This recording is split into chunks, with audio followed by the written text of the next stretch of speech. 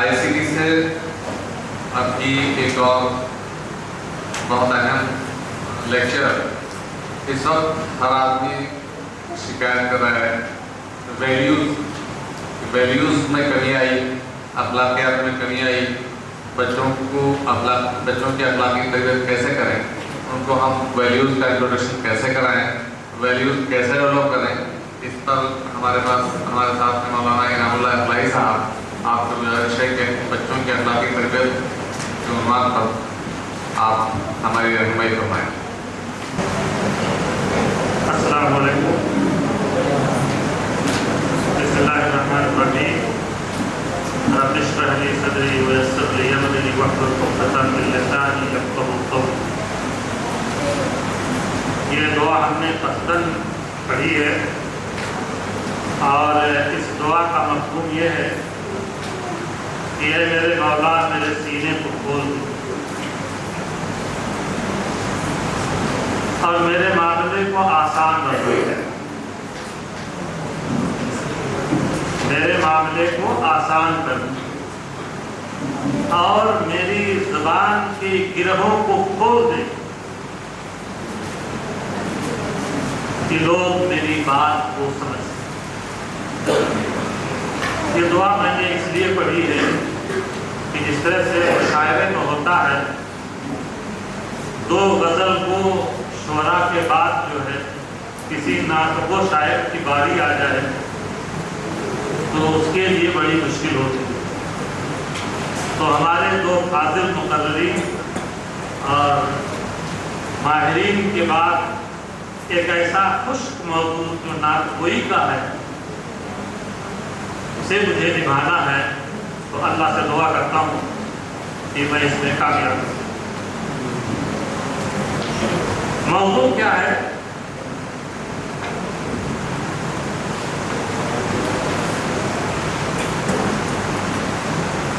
تو موضوع ہے بچوں کی اخلاقی تربیت. تو پہلا سوال تو یہ ہے، اخلاق جو ہے ایک فلسفہ. تو اخلاق کا ایک تصور اسلام میں ہے اور ایک ویسٹرن کلچر میں اخلاق ہے. تو مغرب کے ہاں اخلاق کیا ہے؟ وقت، حالات اور زمانہ اس کے بدلنے سے اقدار بدل جاتے ہیں. جو ویلوز ہوتے ہیں اس پر الگ الگ حکم لگتا ہے. جیسے اس کو ایک مثال سے واضح کرتا ہوں. ہمارے ایک سیاسی شخص کا بیان ہے، میں شراب پیتا ہوں، غریبوں کا لہو نہیں پیتا. میں شراب پیتا ہوں، غریبوں کا لہو نہیں پیتا. تو گیا شراب پینا یہ کوئی معیوب بات نہیں ہے. شراب پینا یہ اچھے اخلاق میں نہیں شمار ہوتا ہے. لیکن مغرب کی ڈکشنری میں شراب پینا یہ کوئی بد اخلاقی نہیں. شراب پیتا ہوں، غریبوں کا لہو نہیں پیتا. یعنی غریبوں کا لہو پینا اس کو یہ قدر مانا، یہ عیب ہے، غریبوں کے ساتھ ظلم کرنا. لیکن شراب پیتا ہوں یہ میرا پرسنل ہے. تو ایک مثال یہ. دوسری مثال یہ ہے، ہم جنسی یعنی مرد کے ساتھ اپنی جنسی خواہشات پورا کریں، عورتوں کے ساتھ اپنی جنسی خواہشات پورا کریں. تو ہم جنسی جو ہے یہ بد اخلاقی ہے یا اخلاق ہے؟ کیا ہے؟ ہاں، یہ پہلے سب لوگوں کے نزدیک جو ہے ہم جنسی جو ہے بری بات ہے. لیکن آج یہ بری بات نہیں. اسی طرح سے آزادی کے نام پر میرا جسم میرا اختیار، مائی باڈی مائی رائٹ. تو آج کیا ہے؟ میرا جسم میرا اختیار. کیا چاہتا ہوں اپنے جسم کو ہم استعمال کریں. تو ریلیشن شپ میں رہنا ہو، ایک لڑکا اور ایک لڑکی دونوں باہمی رضامندی کے ساتھ کوئی غلط کام کہیں سڑک پر کریں، کہیں پارک میں کریں، کہیں بھی کریں، کوئی عائد نہیں. اسلام کا اخلاق یہ وقت، حالات، ماحول کے اعتبار سے یہ اخلاق ان کے یہاں چینج ہوتا رہتا ہے، لیکن اسلام میں اخلاق جو ہے ایک مستقل چیز ہے، اس میں تبدیلی نہیں ہو رہی. اللہ تبارک تعالیٰ نے جن چیزوں کو حرام کر دیا حرام ہے، جن کو حلال کر دیا حلال ہے، جن کو جائز کر دیا جائز ہے، اور جن کو خراب کر دیا ناجائز کر دیا ناجائز ہے.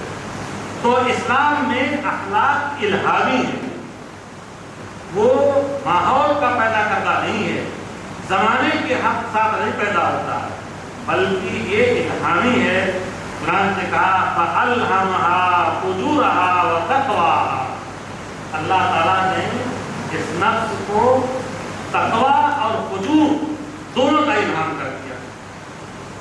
رسول اللہ صلی اللہ علیہ وسلم نے فرمایا كُلُّ مَوْلُودٍ يُولَدُ عَلَى الْفِطْرَةِ. ہر بچہ جو ہے وہ فطرت پر پیدا ہوتا ہے. اب پھر آگے ہے اس کے باپ سے یہودی اور نصرانی اور مجوسی بنانے.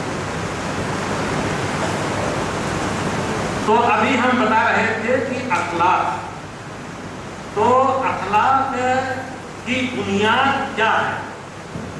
تو اخلاق کی بنیاد عقیدہ، نظریہ ہے.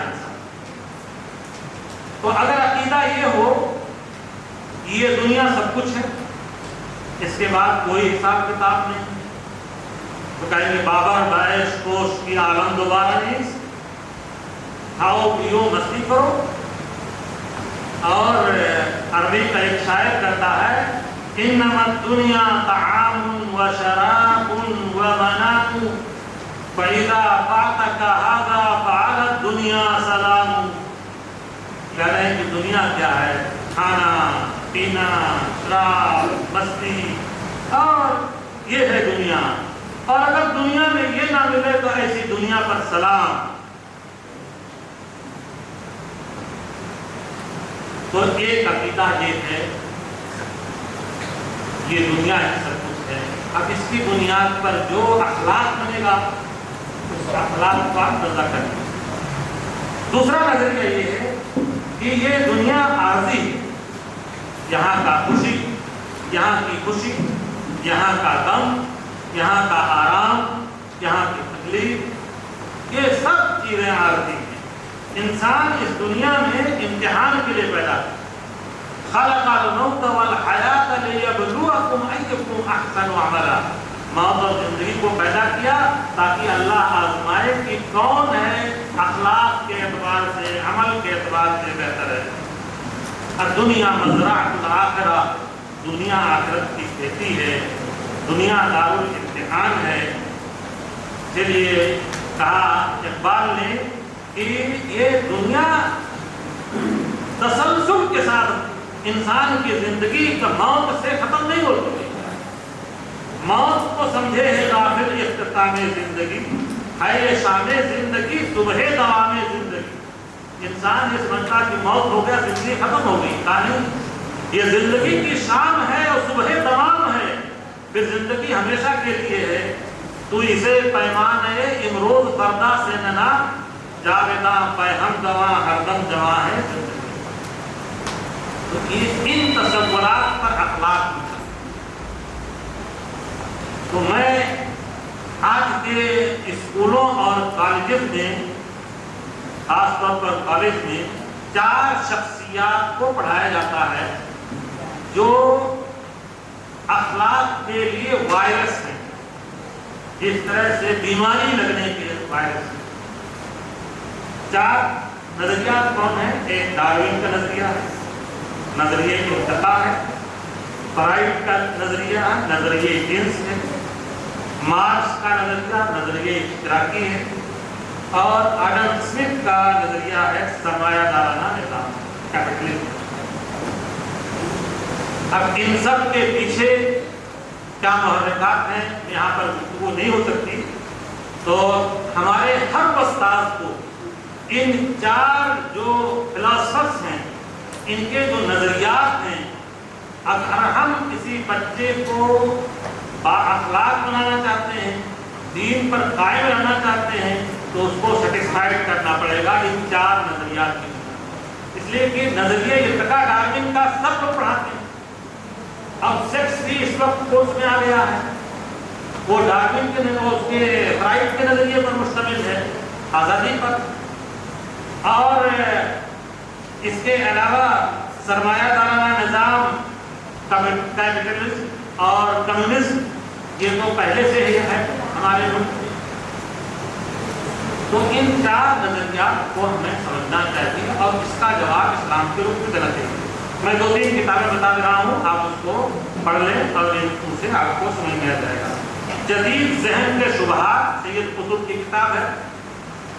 اسلام اور دور جدید کے چیلنجز وحید الدین صاحب کی کتاب ہے، اس کا عربی ترجمہ اسلام اندہ ہے کتاب سے۔ اسلام اور جدید چیلنجز، یہ وحید الدین خان کی کتاب ہے، مولانا وحید الدین خان۔ اور اسلام اور جدید معاصر تحریکیں، جس میں کمیونزم ہے، کیپٹلزم ہے، ان سب کا تعلق ہے۔ تو میں آپ سے گفتگو کر رہا تھا اخلاق کے بارے میں۔ جی اسلام اور معاصر تحریکیں، دوبارہ کہیں اسلام اور جدید ذہن کے شبہات، یہ سید قطب کی کتاب ہے۔ اسلام اور جدید چیلنجز وحید الدین خان صاحب کی کتاب ہے۔ اور اسلام اور جدید معاصر تحریکیں، یہ مرکزی مکتبہ سے چھپی ہے، 2-3 لوگوں نے مل کے لکھا ہے۔ اور مولانا مودودی کی بھی اشتراکیت پر اور کیپٹلزم پر، دونوں پر کتابیں ہیں، وہ بھی مکتبہ سے مل جائے گی۔ تو اسلام دیکھیے اخلاق کا مقصود کیا ہے؟ دیکھیے مغرب کا نظریہ جو ہے وہ مادہ پر ہے، یعنی ہر وہ چیز، تمام چیزوں کا انحصار مادے پر ہے۔ تو اخلاق بھی ان کا مادی منفعت بھی ہے، لیکن اسلام کا نظریہ اخلاق ہے، اس کا مقصود یہ ہے کہ اللہ کی رضا، اللہ کی خوشنودی، اس اخلاق کے ذریعے سے خدا کی مرضی چاہتے ہیں۔ انما نطعمکم لوجہ اللہ لا نرید منکم جزاء ولا شکورا، ہم تو کھلاتے ہیں تمہیں لوجہ اللہ، اللہ کی رضا تلاش کرنے کے لیے، کسی بدلے کے لیے اور کسی شکر گزاری کے لیے۔ ان لا اسالکم علیہ اجر ان اجریہ الا علی اللہ، تو اللہ تبارک و تعالیٰ سے اجر کی امید میں ہمارے اخلاق کا محرک یہ ہے، کوئی مادی فائدہ نہیں۔ جیسے ہم اس کی مثال کریں، سچ بولنا، تو ایک مغرب کا انسان جب سچ بولے گا تو کہے گا سچ بولنا اس لیے ضروری ہے کہ ہمیں کاروبار میں فائدہ ہو، ہمیں کریڈٹ ملے، یہ بہت سچا ہے، صحیح بات کرتا ہے۔ لیکن سچ کا معاملہ جب ایک مسلمان بولتا ہے تو کہتا ہے ان الصدق یہدی الی البر وان البر یہدی الی الجنہ، کہا کہتا ہے سچائی بولنے سے آدمی بھلے راستے پہ جاتا ہے، سچ اختیار کرنے سے بھلائی ملتی ہے، اور بھلائی جو ہے وہ جنت مل جاتی ہے۔ وَإِنَّ الْكِذْبَ يَهْدِي إِلَى الْفُجُورِ، جھوٹ بولنا یہ برائی کی طرف لے جاتا ہے، اور فجور کہاں لے جائے گا؟ وَالْفُجُورُ يَهْدِي إِلَى النَّارِ، اور یہ بے حیائی جو ہے جہنم میں۔ تو ہم نے سمجھا اخلاق کا فلسفہ اسلام میں اور مغرب میں۔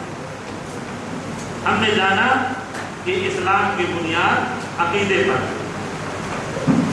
اب اخلاق کی تربیت کی اہمیت مسلم ہے۔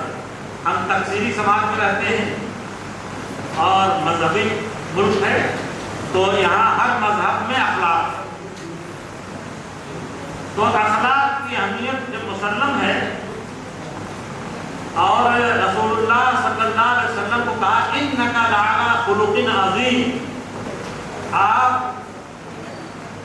اخلاق کے بلند مرتبے پر، اور خود اللہ کے رسول نے فرمایا بعثت لأتمم مکارم الاخلاق، میں اس لیے بھیجا گیا ہوں کہ اخلاق کی بلندیوں کو تکمیل کروا کر پہنچاؤں۔ کہا اللہ کے رسول نے اکمل المؤمنین ایمانا احسنهم خلقا، سب سے زیادہ ایمان والا وہ آدمی ہے جو اخلاق میں سب سے اچھا ہے۔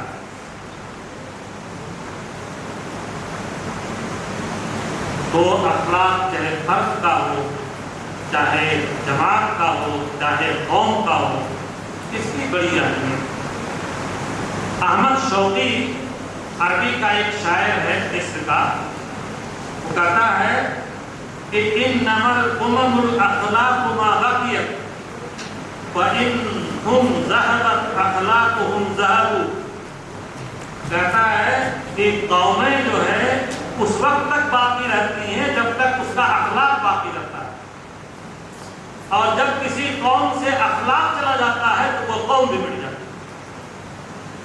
فَإِنْهُمْ ذَهَبَتْ أَخْلَاقُهُمْ ذَهَبُوا، تو اگر اخلاق مٹ گیا ان کا تو وہ بھی مٹ جاتے ہیں۔ تو اس اعتبار سے اخلاق کی بڑی اہمیت ہے۔ ایک غلط فہمی، ابھی میں بیچ کی چیز اخلاق کا بات کر رہا ہوں، اخلاق، تو اب ایک غلط فہمی کیا ہے؟ اخلاق کی تعلیم، اخلاق کی تعلیم نہیں ہوتی ہے، اخلاق کی تربیت، اخلاقی تربیت، تعلیم نہیں ہوتی۔ ہمارے یہاں اسکولوں میں اخلاق پڑھایا جاتا ہے، اخلاق پڑھایا نہیں جاتا ہے، کردار سازی کی جاتی ہے، اخلاق کو کردار میں ڈھالا جاتا ہے۔ تو یہ دونوں میں فرق ہے۔ اخلاق کی تعلیم کے لیے ہے کہ آپ نے ایک حدیث یاد کر دیا کہ سچ بولو، بچے نے یاد کر لیا، یہ تعلیم دے دی، لیکن سچ اس کی زندگی میں آ جائے، سچ کو خود اختیار کر لے، سچ کا داعی بن جائے، سچ کو اپنے گھر کے لوگوں کو بتائے، تو یہ ہو گیا اس کی کردار سازی ہو گئی۔ آپ نے پڑھایا الطہارۃ نصف الایمان، اور بچے نے کر لیا کہ باقی آدھا ایمان ہے، بچے نے یاد کر دیا، سنا بھی دیا، لیکن اس کے جسم گندے، اس کے دانت گندے، اس کا بستہ گندا، اس کی کتابیں گندی، اس کا گھر گندا، اس کا ماحول گندا، اس کا کچھ گندا، تو گویا وہ اس کے کردار میں نہیں ڈلا۔ تو یہ کردار میں ڈھلنا چاہیے۔ بچے کو جب کہا گیا کہ یہ طہارت جو ہے ضروری ہے، تو وہ طہارت کا خود اپنے جسم میں دیکھے، اپنے گھر پہ دیکھے، اپنے ماحول پر دیکھے، پھر اس کا داعی بن جائے، پھر اپنے گھر والوں کو بتائے، اپنے ساتھیوں کو بتائے، تو یہ اس کا کردار بن گیا۔ تو اس لیے ہم اخلاق کو کردار پر آتے ہیں، ہم کردار سازی کرتے ہیں ابتدائی میں، صرف اخلاق پڑھانے کے لیے۔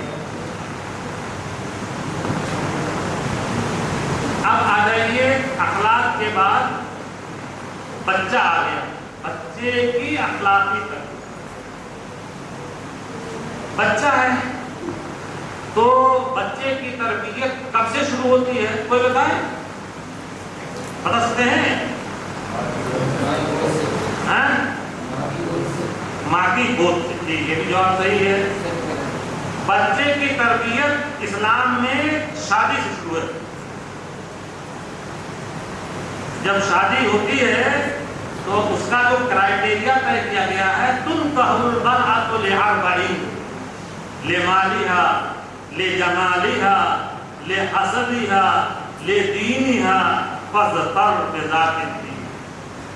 کہا کہ عورت کا جو سلیکشن کیا جاتا ہے شادی میں، تو عام طور پر 4 چیزوں کو معیار بنایا جاتا ہے کہ عورت مالدار ہے، عورت خوبصورت ہے، حسب و نسب والی ہے، یا اخلاق والی. تو کہا حدیث میں کہ تم اخلاق والی عورت کو پسند کرو، اس لیے کہ تمہاری جو نسلیں آنے والی ہیں وہ اخلاق والی ہیں.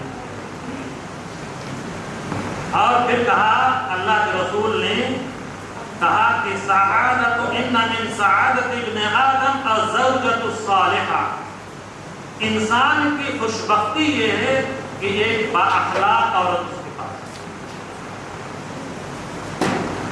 تو وہاں سے شادی سے تربیت شروع ہوتی ہے. پھر بچہ عمل کے دوران چیزیں دکھائی گئی ہیں کہ کس طرح سے بچے کی رعایت کی جاتی ہے. پھر بچہ جب پیدا ہو جاتا ہے تو جیسا کہ انہوں نے بتایا وہاں سے پھر عملی کام شروع ہوتا ہے کہ بچے کے بچپنے کی 12 سال عمر، جو گود کا 2 سال ہوتا ہے، اور 3 سے 6 سال تک ابتدائی بچپن ہوتا ہے، اور پھر 7 سے 9 سال تک درمیانی بچپن ہوتا ہے، اور 10 سے 12 تک بچپن کی آخری عمر ہوتی ہے. تو یہ 12 سال کی عمر 1/5 زندگی کا ہے. 12 سال کی عمر یہ زندگی کا ایک 5واں حصہ ہے. گویا بچپن کی عمر گزر گئی تو ایک حصہ 5 حصے میں سے گزر گئی، 4 حصے میں. تو اس بچپن کے عمر میں احساسات، جذبات، خیالات، اسکلز، میلانات، یہ ساری چیزیں ہی 12 سال میں بچے کی اصل چیزیں لے لیتی ہیں. انہی 12 سالوں میں اس کی تربیت ہو جاتی ہے. اس لیے کہتے ہیں کہ بچپن کی تعلیم جو ہے بڑی اہم، بہت بنیادی ہے. تو اخلاق کی بنیادی تعلیم بچپن میں بچہ کو دودھ پلاتے ہوئے، بچہ کو گھر میں رہتے ہوئے اس کو بولنے کا سلیقہ، اس کو بات کرنے کا سلیقہ، اس کو ریئیکٹ کرنے کا سلیقہ، اس کے جذبات، امتحانات، ساری چیزوں کا اسی عمر میں تربیت ہوتی ہے. تو ایک عربی کا شعر ہے کہ قد ينفع العدل الاولاد في صغر وليس ينفعهم من بعده عدل ان الغصون اذا اعتدلتها اعتدلت ولا تلين لو لينته الخشب. کہا کہ اخلاق کی تعلیم بچپن میں ہوتی ہے، اور بچپن جب گزر جاتا ہے تو پھر اخلاق کی تعلیم بہت زیادہ کامیاب نہیں ہوتی ہے. بعد میں بھی ہوتی ہے، لیکن اصل جو بچے کے اندر سیکھنے کی عمر جو ہوتی ہے بہت تیزی کے ساتھ بچہ جو سیکھتا ہے وہ اس عمر میں سیکھتا ہے. بعد میں پھر رفتار شروع ہو جاتی ہے. اس نے مثال کیا دی شاعر نے، ان الغصون اذا اعتدلتها اعتدلت، کہ ٹہنی کو جب تم موڑ دیتے ہو، جب وہ ٹہنی ہوتی ہے تو جدھر چاہو گے موڑ دو گے وہ مڑ جاتی. لیکن کہا کہ اگر تم ولا تلینو لو لینتہ الخشب، جب وہ خشب بن جائے، خشب کہتے ہیں جو موٹا ہو پودا پورا، تو اگر اس کو موڑو گے تو نہیں مڑے. تو بچپن میں اسے موڑنا ہے، اور بچپن میں اسے. اور فارسی کا شاعر کہتا خشت اول چون حد میں مارکت تا سریا میرا دیوار تک، پہلی اینٹ خراب رکھتی ہے تو آخر تک خراب جائے گی. تو اس عمر میں بچپن میں ہی اخلاق کی تعلیم ہوتی ہے. اب کیسے ہو اخلاق کی تربیت، کیسے ہو؟ اس کو کہتے ہیں کردار سازی. اس کو انگریزی میں انٹرنلائزیشن کہتے ہیں، یعنی اخلاق کو بچے کے اندر کیسے داخل کر دیا جائے. تو اس کے داخل کرنے کا ہمارے ڈاکٹر محمود صاحب نے بات کر کے صبح کے لیکچر میں میرے لیے آسان کر دیا ہے کہ بچے کے لیے سب سے زیادہ چیز، جو سب سے بہتر طریقہ جو ہے وہ اسوا ہے. اسوا ماڈل، نمونہ. تو یہ نمونہ جو ہے یہ سب سے بہتر طریقہ طریقہ ہے بچوں کی اخلاقی تربیت، اور اس کے لیکن اس کے ساتھ ٹریجڈی اس دور کی ہے کہ اسوہ مفقود ہے، نمونہ ماڈل نہیں مل رہا ہے، اسوہ مفقود ہے۔ قرآن میں تو اللہ کے رسول صلی اللہ علیہ وسلم کو قرآن دیا گیا، احکام دیے گئے، اس کے لیے کہا کہ اللہ کے رسول کا کہا گیا اسوۃ حسنہ، آپ کی زندگی کو، تو اللہ کے رسول صلی اللہ علیہ وسلم کی زندگی میں تمہارے لیے ماڈل ہے۔ اور اماں عائشہ نے کیا کہا؟ اماں عائشہ نے کہا کہ قرآن دیکھنا چاہتے ہو تو رسول کی زندگی، قرآن سمجھنا چاہتے ہو وہی ماڈل ہے قرآن۔ تو یہ نمونہ اور اسوہ یہ گھر میں ہو، باہر ہو، ہم جولیوں میں ہو، آج ہر جگہ مقبول ہے۔ ٹیچر ہے وہ بھی نمونے کا نہیں ہے، ماں باپ ہیں وہ بھی نمونے کے نہیں ہیں، ہم جولی ہیں وہ بھی نمونے کے نہیں، ماحول نہیں ہے، ہم نے ماحول نہیں کریٹ کیا ہے۔ تو ہر آدمی کو یہاں پر بچہ ایسا نہیں ہے کہ صرف ایک جگہ سیکھتا ہے، ابھی وہ بات میں بعد میں آپ کو تفصیل سے بتاؤں گا کہ کہاں کہاں سے بچہ سیکھتا ہے۔ تو ابھی میں بتا رہا تھا کہ اسوہ مفقود ہے، مفقود کہتے ہیں غائب، جیسے ہوتا ہے شوہر مفقود ہے، شوہر کوئی بھاگ جاتا ہے تو یہ کہتے ہیں اسوہ مفقود ہے، یعنی اسوہ غائب ہے۔ باپ بولتا ہے جھوٹ اور بچے سے کہتا ہے سچ بول، خود گالی بکتا ہے اور بچے سے چاہتا ہے کہ مؤدب ہو، مہذب ہو۔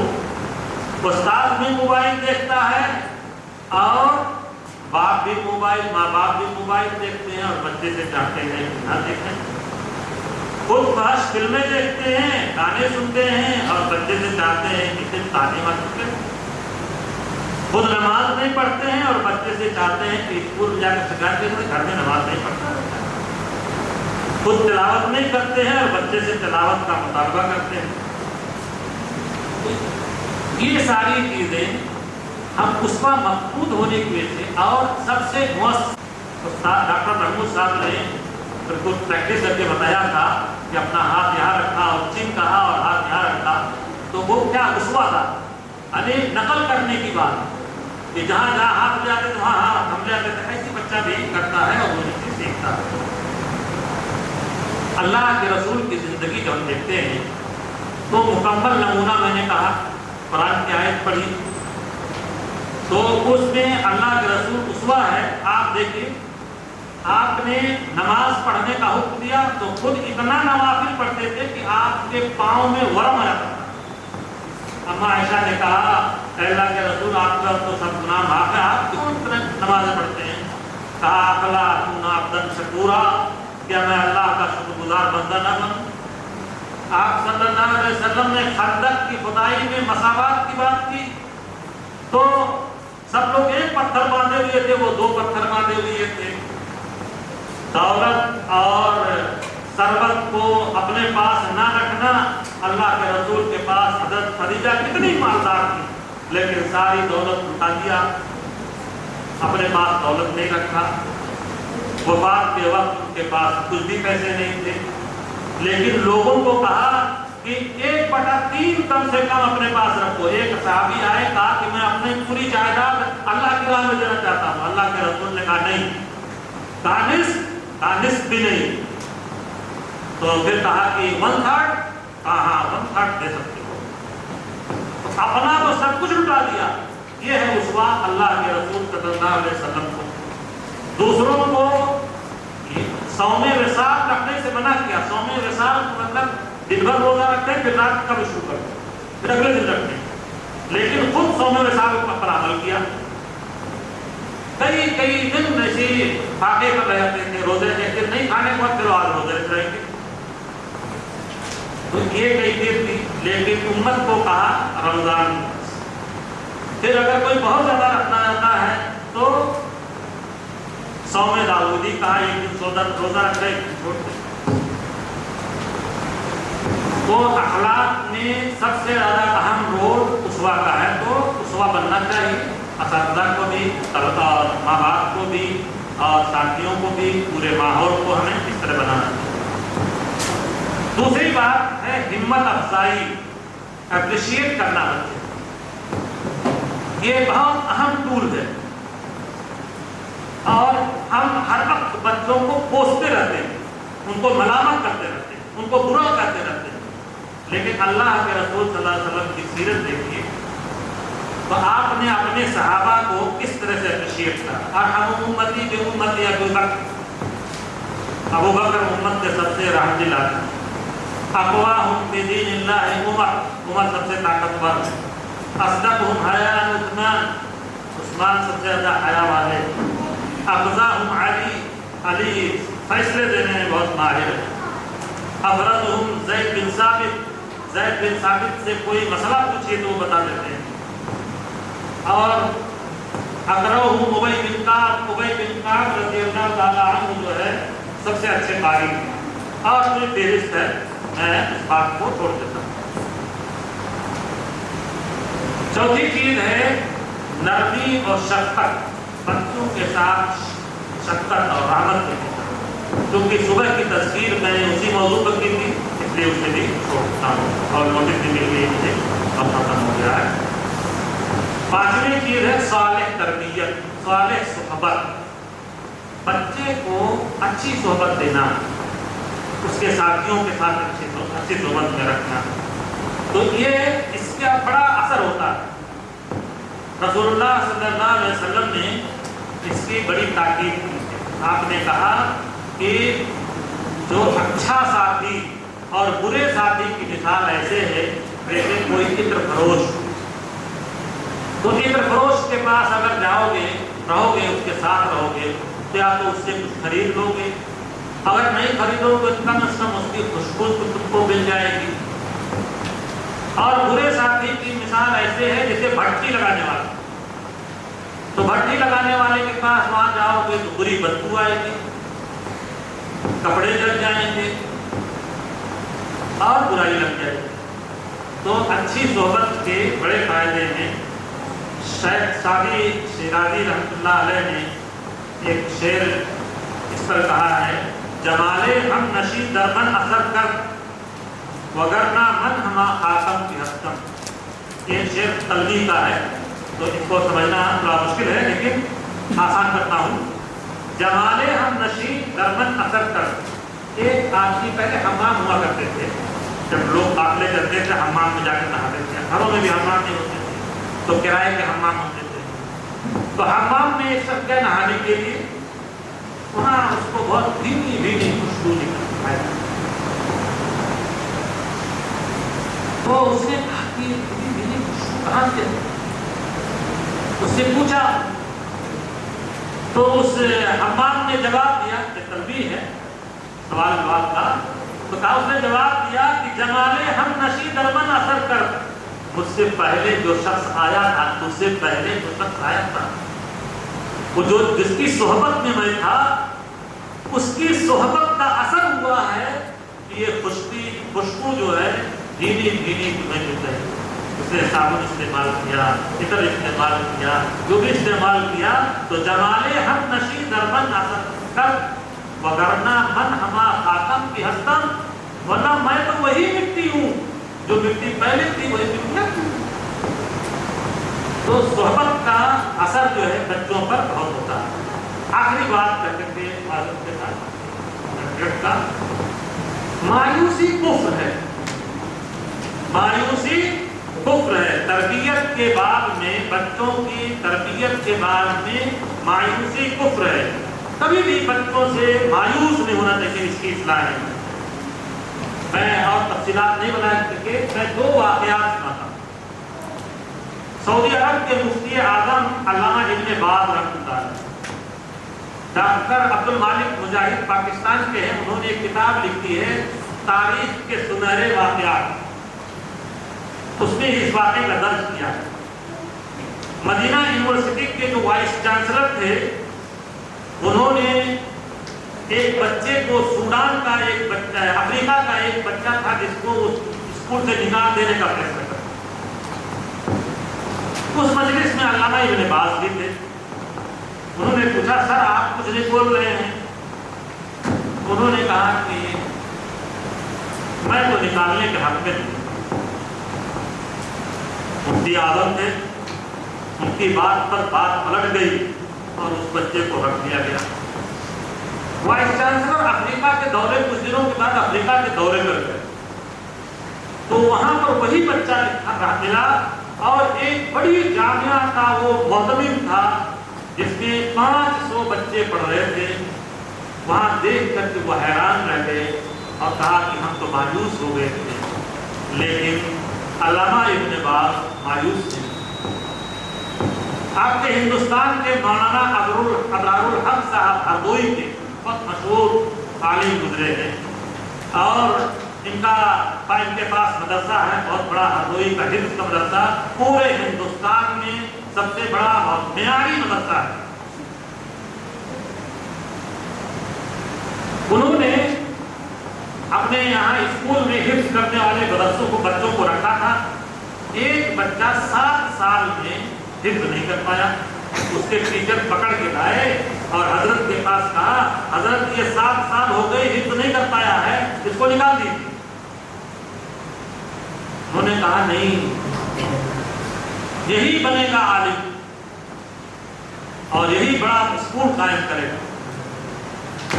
اس کو ابھی رکھو۔ 10 سال میں اس نے حفظ مکمل کیا اور پھر وہ علاقے کا بہت بڑا عالم بنا جہاں کا رہنے والا تھا اور ایک مدرسے کا ناظم اور بانی بنا۔ تو کہنے کا مطلب یہ ہے کہ ہم بچوں سے مایوس نہ ہوں۔ ڈاکٹر محمود صدیقی صاحب ایک واقعہ راستے میں ہم لوگ آ رہے تھے تو تھامس ایڈیسن کا سنا رہے تھے، سائنسداں جو ہے کہ اس کو آپ سب جانتے ہو واقعہ کہ اس کو اسکول سے نکال دیا گیا تھا اور خط بند لفافے میں کہا گیا کہ اپنی ماں کو دے دینا۔ اس کی ماں نے لفافہ پڑھا اور نمزدہ ہوئی تو بچے نے دیکھا تو کہا ممی کیا بات ہے؟ کہا بیٹا کوئی بات نہیں ہے، اسکول کے پرنسپل یہ لکھا ہے کہ تمہارا بیٹا بہت ذہین ہے، ایسے عبقری بچوں کو پڑھانے کے لیے ہمارے پاس ٹیچر نہیں ہے۔ اور پھر وہی پانی بنا جو فلک کو ایجاد کیا اور سائنس کے کتنے بڑا کارنامہ انجام دیا، انسانیت کو کتنا فلاح و بہبود پہنچایا۔ اس لیے دوستو، تربیت میں، کردار سازی میں، تعلیم میں ہمیں مایوس نہیں ہونا ہے۔ ہمارا کام ہے چراغ جلانا اور چراغ کو جلائے رکھنا، اسے بجھنے سے بچانا، مایوس ہونے سے بچانا۔